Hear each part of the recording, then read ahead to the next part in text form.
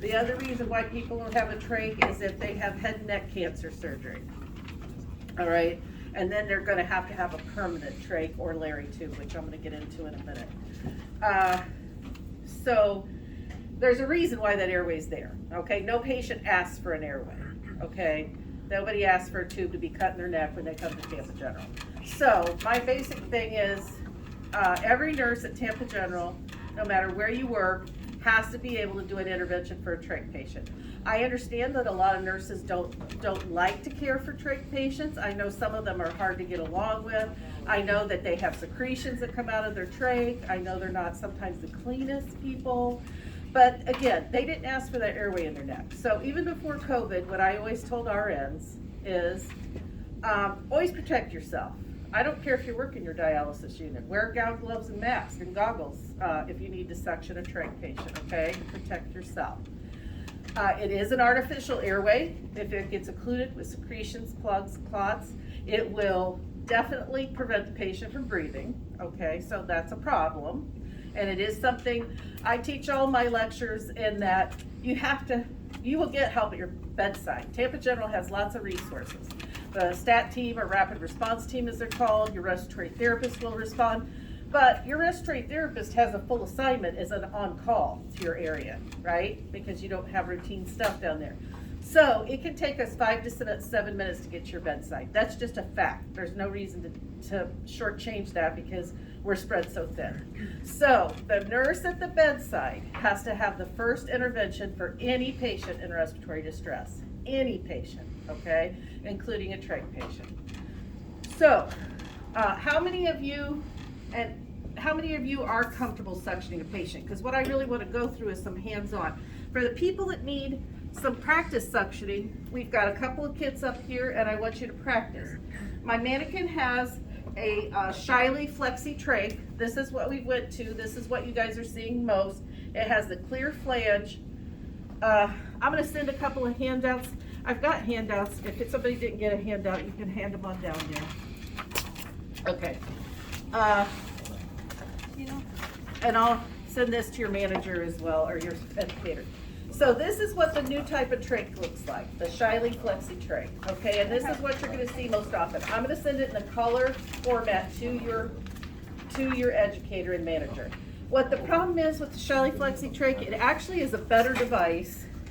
It's got a clear flange so you can see what's going on with the stoma.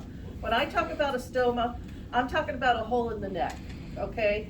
You guys as nurses deal with lots of other stomas, but when I talk about a stoma, I'm talking about the trach stoma, right? All right, so you guys I'm not gonna pretend either, I'm a realist. I worked at Tampa General for 21 years. So sometimes you get patients down to your dialysis area that their trach has not been properly cared for in the first place, okay? I'm not gonna lie about that, that's unfortunate. Trach care is a nursing responsibility here, but as everyone knows at Tampa General that's been here for a while, we're in a turbulent time of new staff and shortages of staff. So, and I could literally lecture 40 hours a week and not get to every nursing unit, okay? So there is a deficit of trach knowledge. How many times would you guys say you get trach patients a week? I say several, yeah. Because once your patients are chronic, so once you get them, you keep getting them, right? But then you probably get a little more comfortable with that patient, right? Okay, so the number one trach emergency that will happen is just what you guys already stated. You know about it. Okay, the trach itself, your trachea, your organ, your trachea, is already one size, okay? And then the trach itself is a smaller circumference, and this is called the tracheostomy tube itself. This is the piece we want to always stay in, right? This is the inner cannula. This is what the new inner cannulas look like, okay? You don't have to twist and turn them. It's a simple push. Whether the patient has a cuffed trach or an uncuffed trach. The reason why people have cuffed trachs is because they were on a mechanical ventilator at some time, okay? And to have a closed system with volume going in and out, then this cuff is inflated. In you guys' area, it should always be deflated. It should always be flat. If this balloon outside the trach is flat, this is flat, because you guys do not get mechanically ventilated patients, right, in adult dialysis. So our protocol and policy at Tampa General is this is always to be flat when they're not on a ventilator, okay? And that means this cuff is deflated, all right? So that's important to know. So changing or cleaning the intercannulars are as simple as this. What I'm gonna talk to your educator and your nurse manager about, do you guys have any trach supplies? No. Okay, No, they're, I beg We pardon? just have the only for suction suction, kits. sorry.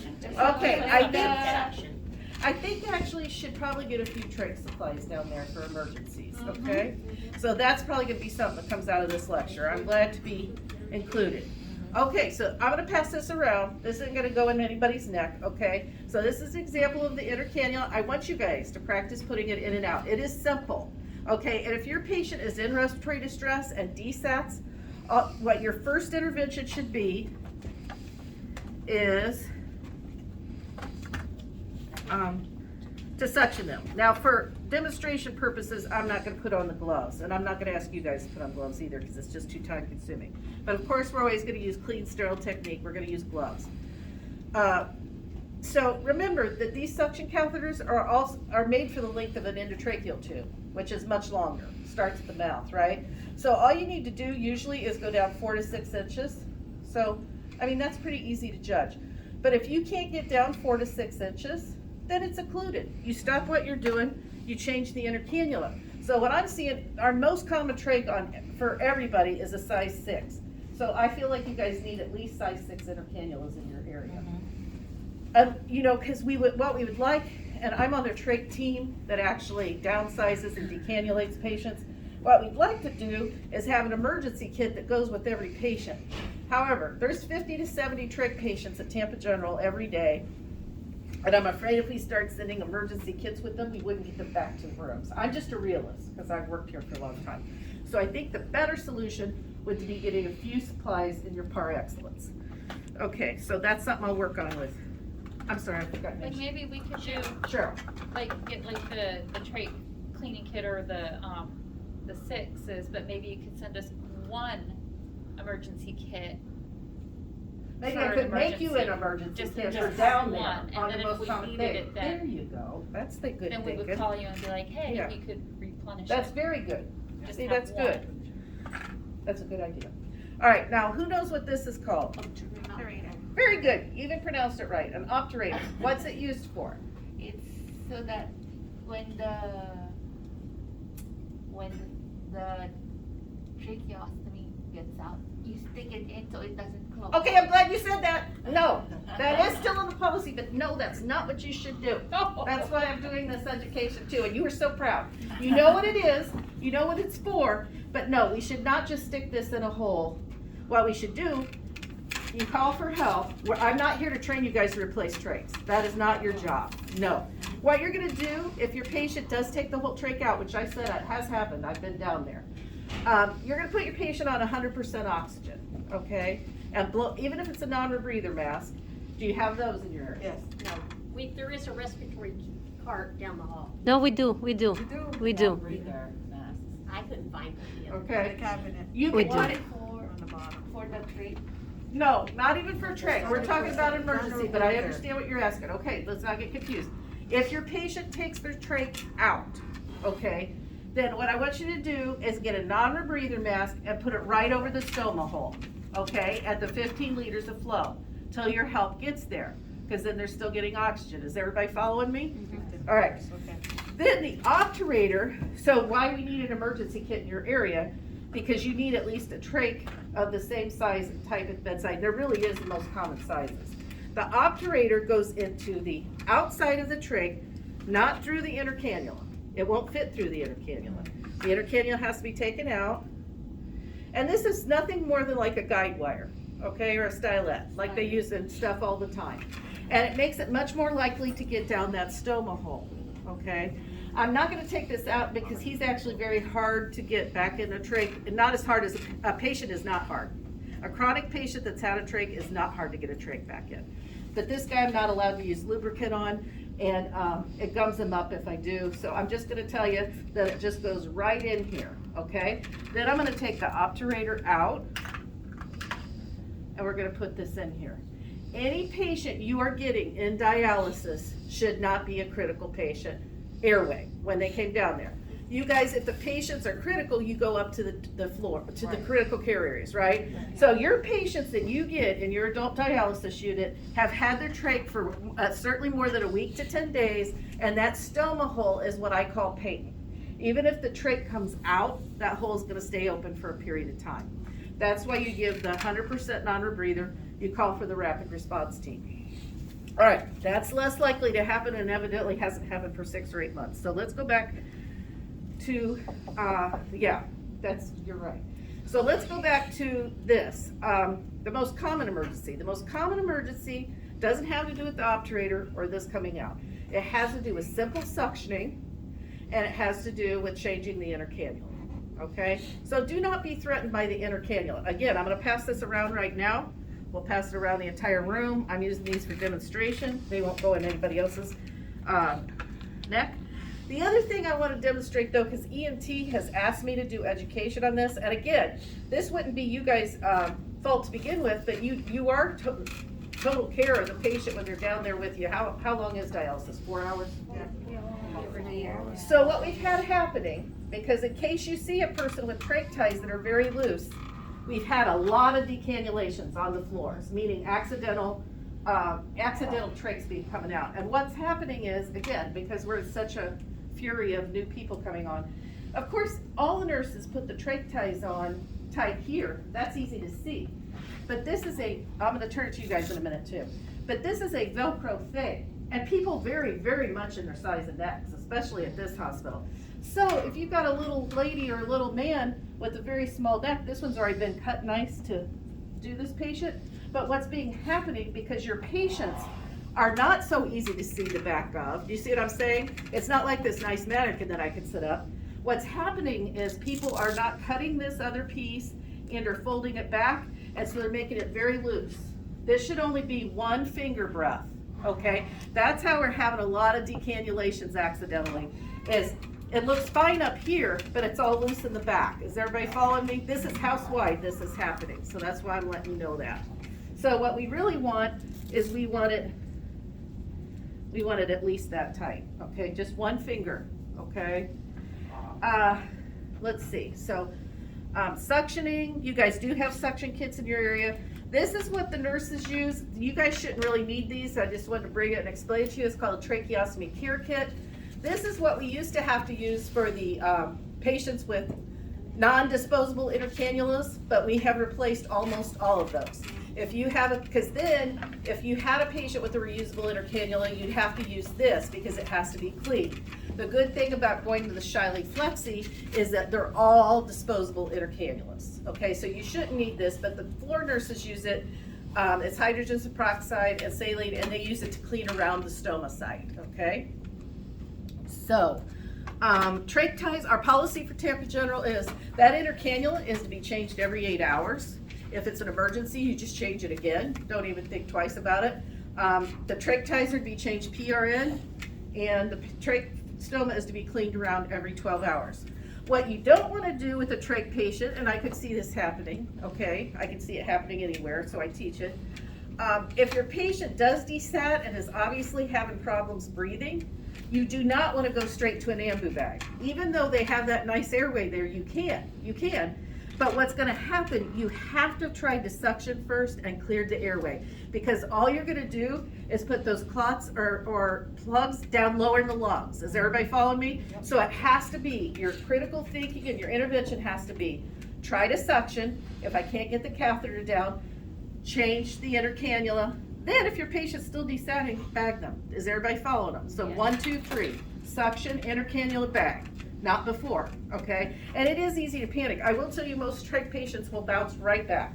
They've had that trach for a while and they've been dealing with it.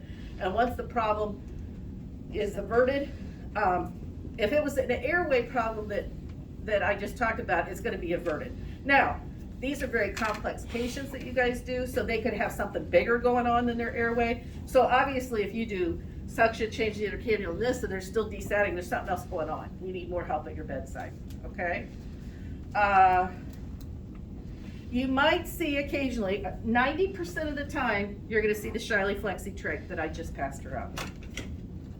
You do get patients like this though at Tampa General that have in what's called an XLT. If your patient has a very bariatric or short fat neck, or if your patient has a very long neck and a long trachea, they might have in what's called the Shiley XLT. Has anybody seen these? They look bigger. Okay, yeah, you definitely have patients that come down with this.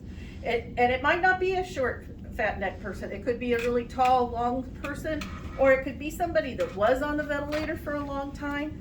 And what happens is that trachea gets kind of dilated, and so they need a longer trach that goes down in the airway lower, okay? So if you have somebody with one of these in, they've been on a long haul, okay? Because that's not our common trach. But it again has intercannulas that can be changed. So you need an emergency kit with some of these too, I guess, right? Okay, we'll work on that. So now the biggest thing is that's caused confusion. See how nice and big these numbers are on this trach? Tell me what size it is. You can phone a friend. 6, Yeah, and what's the other numbers on it? 11, 9, 6. Yeah, okay, that's your outer diameter, you're right, that's your outer diameter and your inner diameter, but over here, what's it say? XLT. Right, that's your extra length, okay? And this one's a proximal and they make them in distal, but you guys don't need to be that much of an expert on it. What I wanted to show the difference,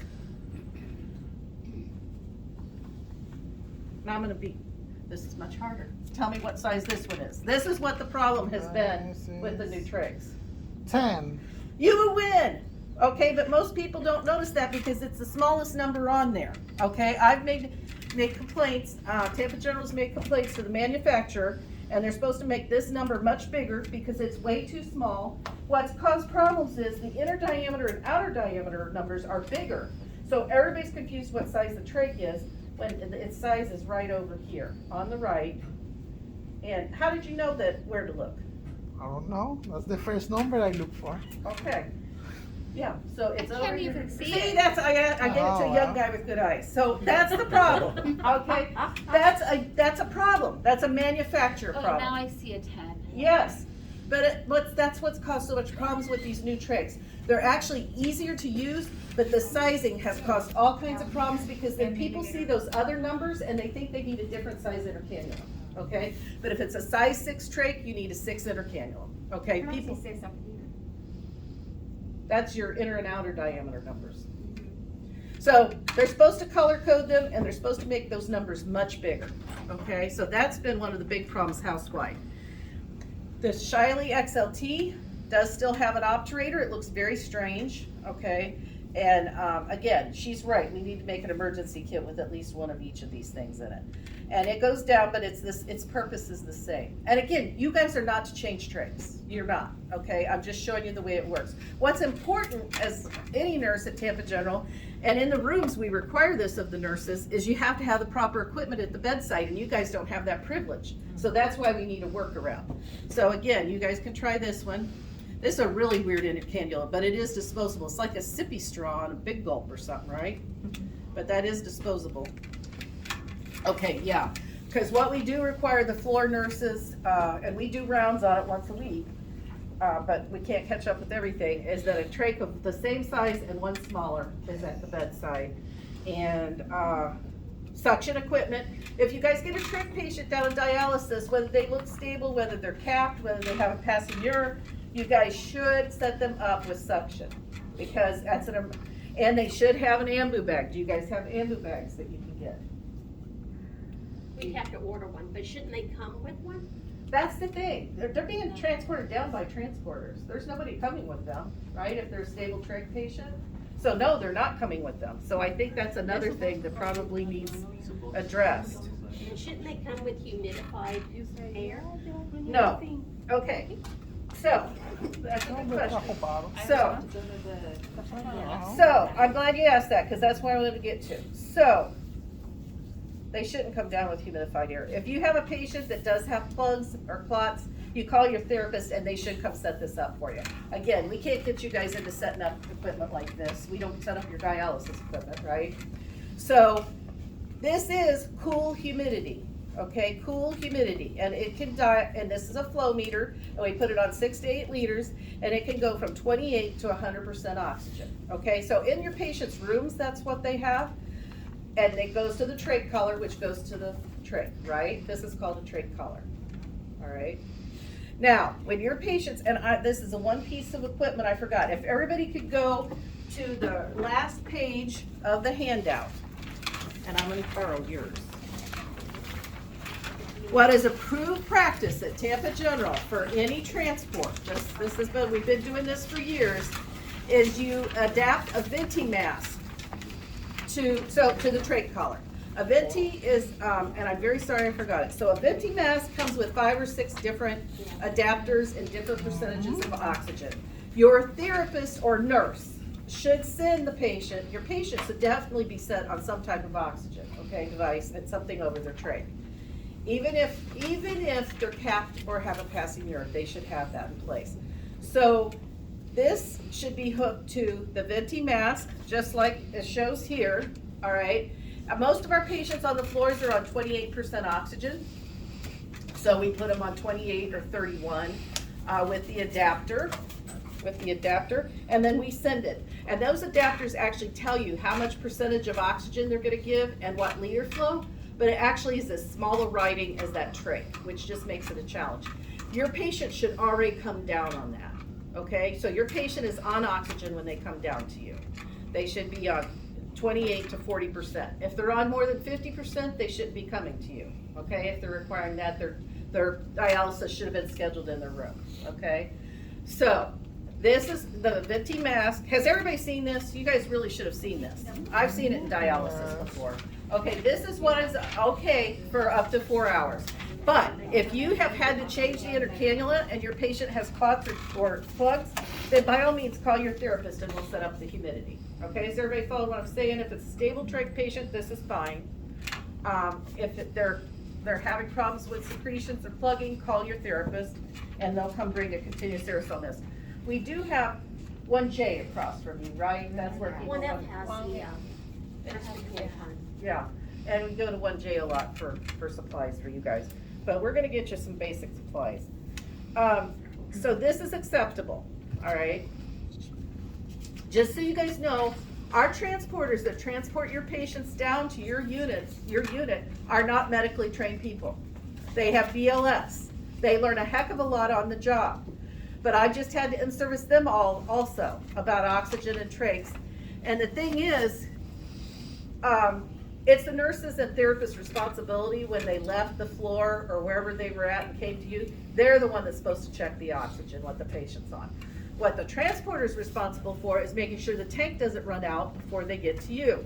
Now, if anybody ever gets left on a tank at dialysis, they should always be put to the flow of the wall. A tank runs out very quickly, okay? Especially when the patient's on higher flow. So that's not a good solution, okay? So you need to always put them to the wall, okay? The wall flow meter. Does everybody follow me? Make sure it's oxygen. I don't think you have any airflow meters in your area, but every once in a while an airflow meter will show up. It's yellow instead of green, and all it's gonna give is 21% oxygen, so that's not helpful. Okay, the reason I told you if your patient gets in distress to get a non-rebreather and put it over the stoma hole, I don't want you guys messing with venti mask adapters, okay? So if the patient is pulls their trach out or is having problems, just put high flow oxygen right over the trach or the stoma hole. Is everybody getting what I'm saying? I don't want you messing with adapters. That takes too long and it's too complicated. All right, can somebody share an experience they had with a trach patient when they did an intervention? Anybody? When I worked on that A2, my Whoa. patient decannulated themselves, but Okay. they were getting ready to, so I put like a Vaseline one over it. Okay, I'm glad you said that. You guys are a good group for what not to do. Oh, Okay. great. All right, so that, I know why you did that, because with chest tubes and a lot of other things, you put Vaseline gauze, but this is an airway. So we do not want Vaseline on it. A dry gauze is the right answer, but thank you for dry. volunteering. But what she just said too is true. Actually, some of these patients in dialysis that would pull their trach out, may not even need their trach anymore. But because they're in an area off the floor, we will put it in while they're in dialysis, and then we'll revisit the decannulation. But many of our patients that take their trach out at Tampa General, they no longer need it. That's part of what the trach team is doing, and they will be fine. And all you do need to do is, that's the decision it's made, it's dry gauze and tape. That's all it needs, dry gauze and tape. Now what you're trying to do there, is the intercannula in there? You can't put the obturator in when the intercannula is in. Matthew, relax, Matthew, relax.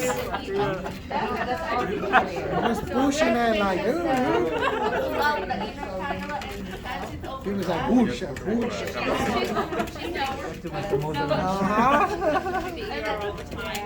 Clean my regard for. Doing this. I know exactly who she is. I change her trach every time she comes in. I know who she is. And she's blind? Yeah. Yeah. Supposedly. Now it shakes it at me. Yeah. I was wondering, like, All right. don't do that. I'm a realist, and this is HIPAA protected environment. And yeah, we don't even need to say her name, I've forgotten it, but I know exactly who you're talking about. Some of your trach patients are disgusting. I'm not gonna lie. You guys have one that comes in here, okay? So, a lot of home patients do their own suctioning, they'll reuse the suction catheter, they'll take their intercannulas in and out. All you can do, you can't really change that behavior. She's been coming here for 3 years that I know of. But when you're doing an intervention with the trach patient, you do need to wear gloves. We're gonna use clean procedures, okay? When patients first get a trach and it's put in at the bedside in critical care, it's called a percutaneous trach. That's the way 90% of our patients get their trachs. It is a totally sterile procedure.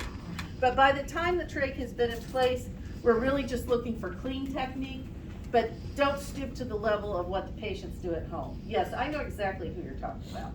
And, just, again, protect yourself. Wear gown, gloves, goggles, because some of these people are not very cognitive. Some are, but some aren't very cognitive of how it comes across. Who knows what a laryngectomy patient is? A what? Laryngectomy. The voice. You're a winner. Winner, chicken dinner. Okay, so 90% of your patients that you see in dialysis are going to be a trach patient. But 10% of them might have a Larry tube. This is patients with airways. Obviously, most of your patients don't have artificial airways. A Larry tube, you guys have seen this. You've seen it on TV. There was an anti-smoking commercial 5 years ago. It had a young blonde woman with the artificial voice box. Okay, don't smoke. This is what happens to you. Remember? Terry. Her name was Terry. Was it? On the commercials. That's my name.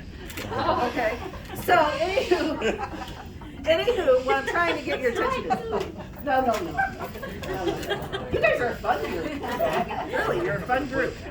To come in here on a Sunday morning and do this, you're very fun. Okay, so this means the patient has had their larynx totally removed. Okay, so what used to happen, who has my 6? Here we go. What used to happen with Larry patients, they would still have something in that looked like, that was a Shiley trach. That caused so much confusion because if somebody has a laryngectomy tube, they're a total neck breather. They can never use their upper airway again, okay? It's permanently removed. And again, this is only gonna be 10% of the patients you see. So ENT service at Tampa General, most of these patients will come from 2H, but not all of them. They remove that Shiley trach and put in a clear plastic flange that is called a Larry tube. They do it on day 3. Okay, so how many people have seen somebody with a big hole, a big stoma hole, and a clear plastic that's, it goes straight, it's flush with the skin? Who's seen that? Okay, then you guys are lucky, because they're here, and I'm sure some of them require dialysis. But what the ones that are used to caring for themselves, and these people are very trained to care for themselves, they actually use, where'd all my gizmos go? Did I bring it? Let me see your handout. It was a Sunday, so I guess I was a little sleepy this morning. You all are.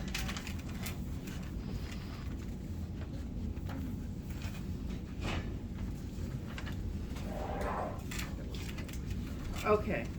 Unfortunately, I don't have a good picture.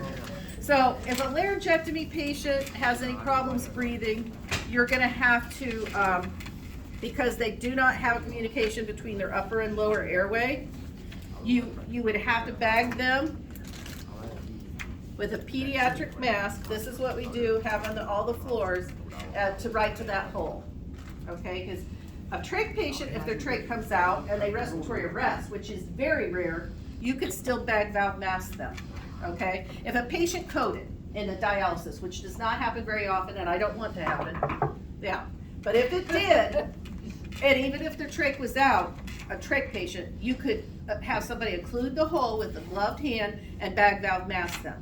But that will not work with a laryngectomy patient. So have you seen one on 982? Do you know what I'm talking about? You know, I might have thought it was that. Okay. So a laryngectomy patient that is on dialysis, they would normally have been caring for their own airway for a long time. They will know what they're doing. They will know what is needed. You can still suction down it if they have secretions. Okay. But obviously you guys aren't dealing much with that, which is actually a good thing. Yeah, I don't think I did because I think that they would have called it a Larry tube and not Right. a trach. Okay, so how many, let's go to the next thing. How many people are familiar with LDAs? How much documentation do you guys do on an LDA in dialysis? None? A lot. Oh, you guys do lines, all the lines. Yeah. But how often do you guys document on airways? Okay, I'm not gonna ask you to document on airways, that's the primary nurse's job, but look at it, okay, on your flow sheet row, on your flow sheet rows, under airway, and on your LDA avatar, it's right here, it's 2 lungs, that dictates an airway, right? If you hover over that, or click it, it will show you the information, what size the patient's trach is, when it was put in, should be if you look at the notes, you should be able to find the service. You guys aren't, if you have a true trach emergency, you're gonna call rapid response team, and they're gonna deal with calling the doctor. Because you don't wanna deal with who you're gonna have to call over this, in an emergency. We'll get to that. So, but yeah, it gives you a lot of information. And the lines, drains, and airways, but it's just the airway, which you guys aren't used to looking at. It will tell you a lot about the patient's airway if you have questions. Okay? Anybody else have an event or something they wanna talk about? Well, we had one about 3 years ago, maybe 3 years ago. He was a trach, it came out, and we could not get it back in.